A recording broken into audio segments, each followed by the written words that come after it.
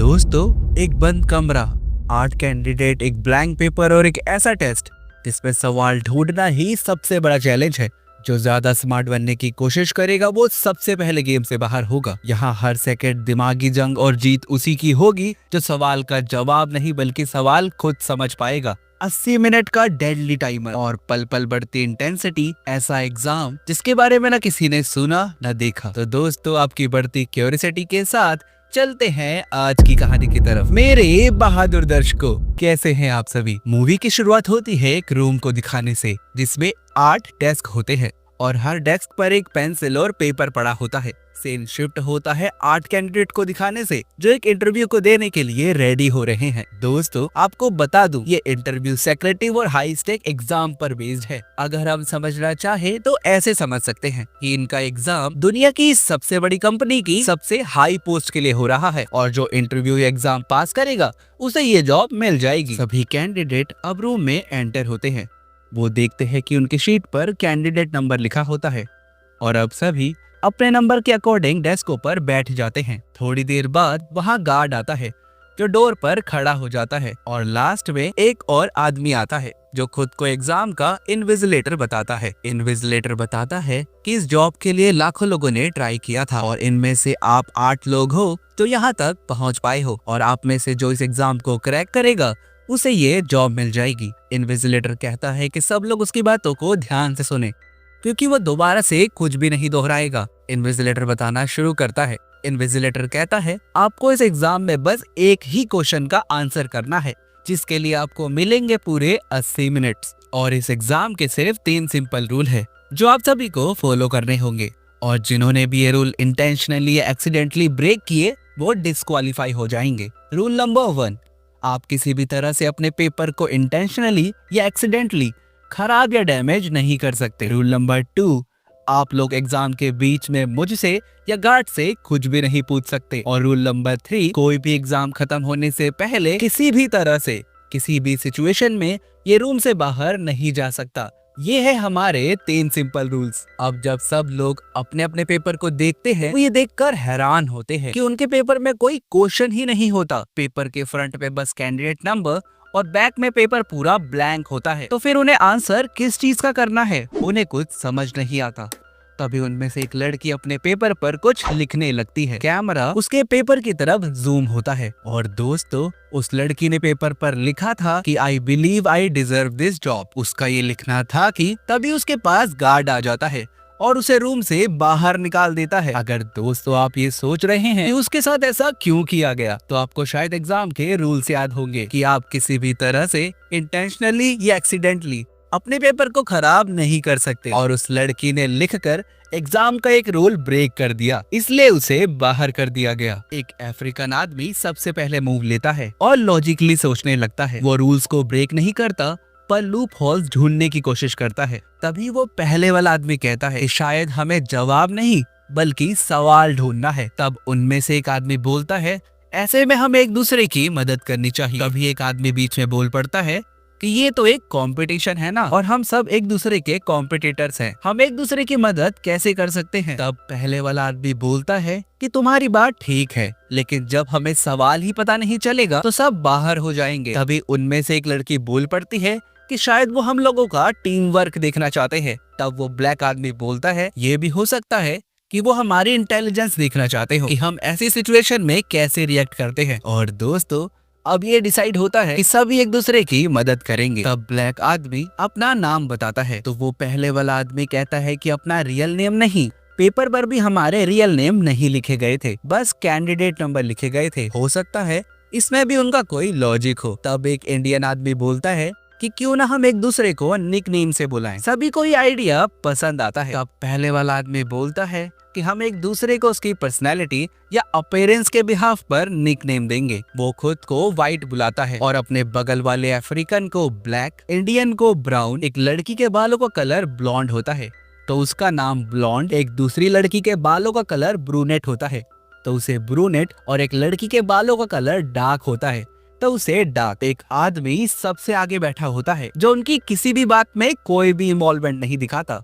जैसे उसे उनसे कोई लेना देना ही ना हो, तो वो उसका नाम डेफ रख देता है। ये बात डार्क को पसंद नहीं आती, लेकिन बाद में सब मान जाते हैं। अब वाइट बोलता है कि इन्विजिलेटर के रूल में ये नहीं था कि हम अपनी जगह पर खड़े नहीं हो सकते, और वो अपनी जगह पर खड़ा हो जाता है और ऐसा ही होता है। उसे गार्ड बाहर नहीं करता। तभी ब्रूनेट कहती है कि हो सकता है कि सवाल हमारे सामने हो, लेकिन वो हमें दिख ना रहा हो। तब ब्लैक कहता है कि तुम सही कह रही हो, शायद कोई वाटरमार्क या कुछ और। इतने में ब्रूनेट सीट से खड़ी होकर पास की लाइट में पेपर को देखने लगती है, लेकिन उसे पेपर में कुछ लिखा हुआ नहीं दिखता। यहाँ तक कि उस रूम में दो अलग अलग कलर्स की लाइट्स भी होती है। वो दोनों में देखती है, लेकिन उसे अपने पेपर में फिर भी कुछ लिखा हुआ नहीं दिखता। तब ब्लॉन्ड कहती है कि क्या पता पेपर पर शेड करने से हमें वो दिख जाए, और वो ऐसा करने वाली ही होती है कि उसे ब्लैक रोक देता है। वो कहता है कि ऐसा करने की बिल्कुल भी मत सोचना, तुम्हें रूल तो याद है ना कि हम अपने पेपर को खराब या डैमेज नहीं कर सकते। और फिर ब्लॉन्ड रुक जाती है। तब डार्क कहती है ये भी हो सकता है कि हम सबके पेपर पर सभी लोगों के लिए अलग अलग क्वेश्चंस हो और वो हमें नॉर्मल आंखों से दिख ना रहा हो। तब ब्लैक कहता है कि ये भी तो हो सकता है कि सबका एक ही क्वेश्चन हो और वो किसी एक की शेड पर हो। जिसके बाद वो सभी बारी बारी से एक दूसरे के पेपर चेक करने लगते हैं, लेकिन उन्हें कुछ भी नहीं दिखता। तभी सबकी नजर जाती है डेफ पर। वाइट डेफ के पास आता है और उसका पेपर ले लेता है और लाइट्स में जाकर चेक करने लगता है, लेकिन दोस्तों उन्हें उसके पेपर में भी कुछ भी लिखा हुआ नहीं दिखता। अब सब परेशान हो जाते हैं कि आखिर सवाल है क्या और कहाँ है। तब ब्लैक कहता है कि ये भी हो सकता है कि वो किसी स्पेशल तरह की लाइट्स में दिखे, जैसे इंफ्रारेड, यूवी या एक्सरे लाइट। तभी ब्लॉन्ड की नजर उस रूम की दीवारों पर बनी दरारों पर जाती है, जहाँ किसी स्पेशल तरह की लाइट्स होती है। ब्लैक जब उस लाइट को ध्यान से देखता है तब वो कहता है कि ये तो इमरजेंसी लाइट्स हैं। ब्लॉन्ड कहती है कि फिर तो इन लाइट्स को ऑन करने के लिए बटन्स भी जरूर होंगे। अब सब पूरे रूम में अच्छे से चेक करने लगते हैं, लेकिन किसी को भी कोई भी बटन नहीं मिलता और साथ ही वो रूम से बाहर भी नहीं जा सकते। ब्राउन कहता है कि तब तो इमरजेंसी सिचुएशन की जरूरत पड़ेगी। इस पर डार्क कहती है इमरजेंसी सिचुएशन मतलब तुम कहना क्या चाहते हो, खुलकर कहो। ब्राउन कहता है कि हमें पूरे कमरे की लाइट्स को फोड़ना होगा और जब सारी कमरे की लाइट्स फूट जाएंगी तो ये एक इमरजेंसी होगी और तब वो हिडन लाइट्स भी अपने आप ऑन हो जाएंगी। लेकिन हर किसी को ये आइडिया पसंद नहीं आता। बाकी लोगों का ये कंसर्न होता है कि मान लो अगर हमने सारी लाइट्स को फोड़ दिया और वो हिडन लाइट्स ऑन नहीं हुई तो पूरे कमरे में अंधेरा हो जाएगा और फिर अगर सवाल हमारे सामने भी होगा तब भी हम कुछ नहीं कर पाएंगे। इस सिचुएशन में वो लोग वोटिंग करते हैं और ज्यादा लोग इस पक्ष में होते हैं कि लाइट्स को फोड़ दिया जाए और अब वो सारी लाइट्स को एक एक करके फोड़ने लगते हैं। और अब बारी आती है लास्ट लाइट की और अब वो उस लाइट को भी फोड़ देते हैं। पूरे कमरे में अंधेरा हो जाता है, सन्नाटा पसर जाता है, लेकिन तभी कमरे में उन्हीं दरारों से वो नीली कलर की हिडन लाइट्स जलने लगती है। ये देखकर सभी लोग काफी खुश हो जाते हैं क्योंकि वो जो करना चाहते थे वो उन्होंने कर दिया था। इसके बाद वो सभी बारी बारी से अपने पेपर को उस नीली कलर की रोशनी में देखने लगते हैं, लेकिन दोस्तों अभी भी उनके हाथ कुछ नहीं लगता। उन्हें पेपर में उस लाइट में भी कुछ लिखा हुआ नहीं दिखता। अब तो सभी लोग काफी परेशान हो जाते हैं, किसी को समझ में नहीं आ रहा होता कि वो अब क्या करे। और इसी बीच 20 मिनट गुजर जाते हैं और अब उनके पास बस 1 घंटा बचता है।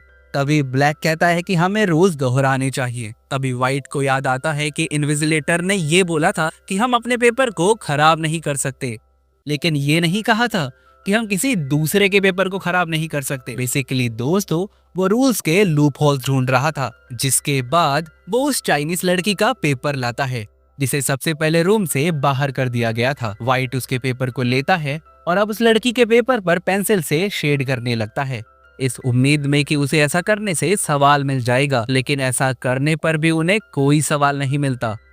तो व्हाइट एक और आइडिया देता है। वो कहता है कि इस पेपर के 4 टुकड़े करते हैं और फिर उसे पानी से गीला करते हैं।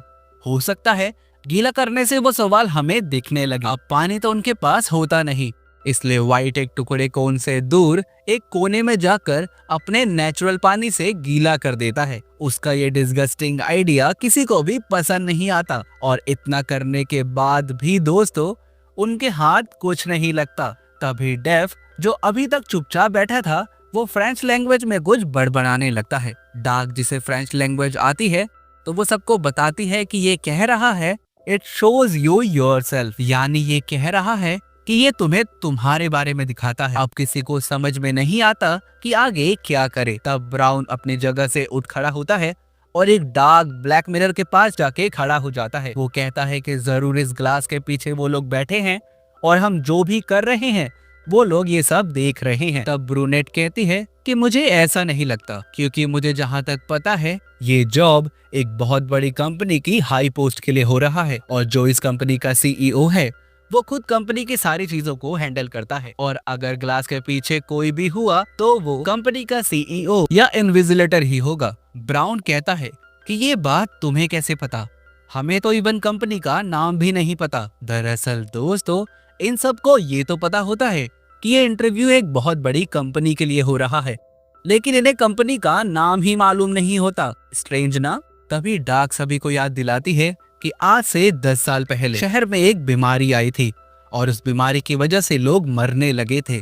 तब ऐसे में एक कंपनी सामने आई थी और उन्होंने दावा किया था कि उनके पास उस बीमारी का इलाज है, लेकिन उस दवाई में भी एक कमी थी कि वो पेशेंट को हर 1 घंटे में दोबारा लेनी पड़ती थी और अगर दवाई लेने में ज्यादा देर हो जाती थी उस आदमी की मौत हो जाती थी। हालांकि ये मेडिसिन उस बीमारी के असर को कम कर देती थी, क्योंकि वो इकलौती ऐसी कंपनी थी, इसलिए उस कंपनी का टर्नओवर $20 मिलियन से भी ज्यादा था। इस पर ब्राउन कहता है लेकिन उस कंपनी ने तो हायरिंग करना बंद कर दिया था ना पिछले साल। तब डार्क कहती है कि ऐसा तो बस लोगों को दिखाने के लिए था। तब ब्लैक कहता है कि हो सकता है इसी टाइम में उस कंपनी ने उस बीमारी का क्योर बना लिया हो और जिससे उस कंपनी को बहुत फायदा हो रहा होगा। तब डार्क उनके आगे एक सिचुएशन रखती है, हो सकता है ये कंपनी वही हो और इस कंपनी के सीईओ को आज तक किसी ने भी नहीं देखा। हो सकता है वो अपने लिए किसी असिस्टेंट या फिर कंपनी के फेस के लिए किसी इंटेलिजेंट इंसान को ढूंढ रहा हो जिसके लिए ये इंटरव्यू हो। तो दोस्तों हम समझ ही सकते हैं ये कितनी बड़ी जॉब है और कितनी रिस्पॉन्सिबिलिटी वाला काम है। तभी ब्रूनेट कमरे में इधर उधर देखने लगती है और वो गार्ड के पास जाती है। वो गार्ड से बात तो नहीं कर सकती, इसलिए वो गार्ड की जेब में चेक करती है और उसकी जेब से उसे एक लाइटर मिलता है। ब्लैक कहता है कि हम इस लाइटर का यूज करके पेपर को जला सकते हैं, जिससे होगा ये कि अगर पेपर पर कोई स्पेशल केमिकल लगा होगा तो पेपर नहीं जलेगा। तब ब्रूनेट ऊपर की तरफ इशारा करती है और उसे इमरजेंसी फायर पाइपलाइंस दिखाती है। ब्रूनेट कहती है कि हम उस फायर पाइपलाइन के पास फायर का यूज करेंगे और हो सकता है कि उसमें से कोई स्पेशल केमिकल निकले और उससे हमारा काम बन जाए। तब ब्लैक कहता है कि तुम सही कह रही हो सकता है वो फोटो डेवलप करने का कोई केमिकल हो, क्योंकि फोटो डेवलप करने के लिए लाइट्स भी कुछ ऐसी ही होती है जैसी यहाँ जल रही हैं। तभी हमें डेफ को दिखाया जाता है जो टाइमर के पास जाता है और हम देख पाते हैं कि अब उनके पास बस 39 मिनट और 14 सेकंड ही बचे हैं। तब ब्रूनेट पास के एक टेबल पर चढ़ती है और उसके आसपास लाइटर को जलाने लगती है, लेकिन उसका हाथ वहां तक नहीं पहुंच पाता। तभी वाइट उसे एक पेपर को रोल करके देता है। ब्रूनेट उसमें आग लगा देती है और लकीली उसका हाथ वहां तक पहुंच भी जाता है। सेंसर एक्टिवेट होते हैं और ऊपर से लिक्विड जैसा कुछ गिरने लगता है। अब ब्लैक और व्हाइट उस लिक्विड से अपने पेपर को चेक करने लगते हैं, लेकिन दोस्तों ऐसा करने पर भी उन्हें अपने पेपर में कुछ लिखा हुआ नहीं दिखता और मिलता भी कैसे, क्योंकि ये बस एक नॉर्मल वाटर था और कुछ नहीं। अभी गार्ड आता है और ब्रूनेट को रूम से बाहर कर देता है। दोस्तों आप सोच रहे होंगे कि ऐसा क्यों? ऐसा इसीलिए दोस्तों क्योंकि व्हाइट ने जानबूझकर ब्रूनेट को उसका ही पेपर दे दिया था और ब्रूनेट ने उसमें आग लगा दी, यानी उसने रूल ब्रेक किया था, इसलिए गार्ड ने उसे बाहर कर दिया। उसकी ये हरकत रूम में किसी को भी पसंद नहीं आती। ब्लैक तो उसे मारने का मन बना लेता है और उसकी तरफ बढ़ने लगता है और वो व्हाइट से कहता है I should punch your lights out, मतलब दोस्तों मुझे तेरा मुंह तोड़ देना चाहिए। उसका ये कहना ही था कि कमरे की सारी लाइट अचानक से बंद हो जाती है। समझे दोस्तों? कुछ नहीं समझे तो अभी समझ जाओगे। पूरे कमरे में अंधेरा हो जाता है। डार्क कहती है कि ये तुमने क्या कर दिया? ब्राउन कहता है कि करा नहीं बल्कि कहा, और फिर वो लाइट सब कहता है और पूरे कमरे में फिर से रोशनी आ जाती है। ब्राउन कहता है कि लाइट्स वॉइस से कंट्रोल होती है, इतने में अचानक से डेफ उनकी बातों से फ्रस्ट्रेट होकर रोने लगता है। तब वाइट उसके पास जाता है और डेफ से कहता है कि तुम अपने दिमाग पर इतना जोर क्यों डाल रहे हो, तुम अपना पेपर फाड़ क्यों नहीं देते। और दोस्तों डेफ ऐसा ही करता है, वो अपने पेपर को फाड़ देता है जिससे गार्ड उसे भी रूम से बाहर कर देता है। और हम देख पाते हैं कि जाते जाते डेफ का चश्मा भी टेबल के नीचे गिर जाता है। ब्लैक तो वाइट से फ्रस्ट्रेट हो गया था क्योंकि कैसे वो अपना उल्लू सीधा करने के लिए सबको एक एक करके बाहर निकलवा रहा है। ब्लैक गुस्से में कहता है कि अब तुम्हारे जैसे इंसान की अब कोई भी मदद नहीं करेगा। इस पर वाइट कहता है कि मुझे तुम लोगों की मदद की कोई जरूरत भी नहीं है क्योंकि मुझे सवाल पता चल गया है। सब लोग हैरान होते हैं और वाइट से सवाल पूछने लगते हैं, लेकिन वाइट सवाल बताने से मना कर देता है जिससे ब्लैक को बहुत गुस्सा आ जाता है। और इतनी देर तक अपने गुस्से को कंट्रोल करने के बाद वो वाइट को एक पंच मार ही देता है जिससे वाइट बेहोश होकर नीचे गिर जाता है। और उसके बाद ब्लैक वाइट को चेयर से बांध देता है और उसके मुंह में कपड़ा भी ठूस देता है। थोड़ी देर के बाद वाइट को होश आता है और वो कुछ बोलने की कोशिश करता है, लेकिन ब्लैक उसको बोलने ही नहीं देता। तब डार्क उसके मुंह से कपड़ा हटाती है तो वाइट कहता है कि मेरे लेफ्ट वाली पॉकेट में मेरी एक मेडिसिन है, बस वो मुझे दे दो। इस पर ब्लैक कहता है कि चलो डील करते हैं, तुम हमें सवाल बता दो, हम तुम्हें मेडिसिन दे देंगे। लेकिन इतने में वाइट फिर से बेहोश हो जाता है और दोस्तों हम जान पाते हैं कि वाइट भी उसी बीमारी से पीड़ित है जिसकी वजह से लोग मारे जा रहे थे और वाइट के लिए मेडिसिन बहुत जरूरी थी वरना वो मारा जाएगा। लेकिन चेक करने के बाद उन्हें वो मेडिसिन वाइट की जेब में नहीं मिलती। इधर ब्राउन को डार्क पर शक होने लगता है। वो डार्क को चेयर से बांध देता है और उससे सवाल करने लगता है और उससे कहता है तुम सभी लोगों को मैनिपुलेट कर रही हो, सच सच बताओ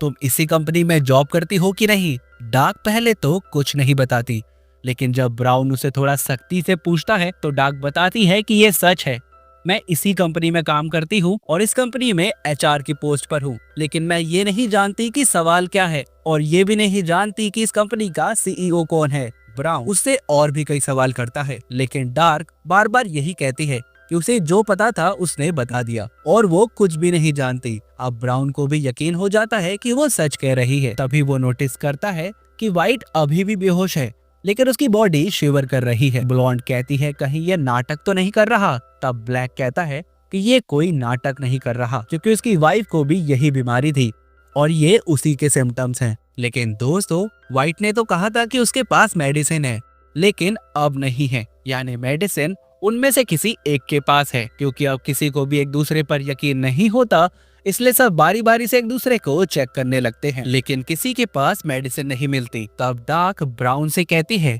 कि तुम्हारी च्युइंगम कहाँ है और डार्क ब्राउन के टेबल के पास जाती है जहां उसे टेबल पर चिपकी च्युइंगम में मेडिसिन मिल भी जाती है। वाइट की हालत खराब होने लगती है, इसलिए डार्क वाइट को मेडिसिन खिलाने की कोशिश करती है, लेकिन ब्राउन उसे मेडिसिन खिलाने से रोकता है और इसी छीना झपटी में मेडिसिन उसके हाथ से छिटक कर ड्रेन पाइप में चली जाती है और ब्लैक उसे चाहकर भी वहां से नहीं निकाल पाता। अब डार्क को बहुत गुस्सा आ जाता है। वो कैमरे के सामने जाके इन्विजिलेटर से कहती है कि तुम्हें दिख नहीं रहा कि ये मर रहा है।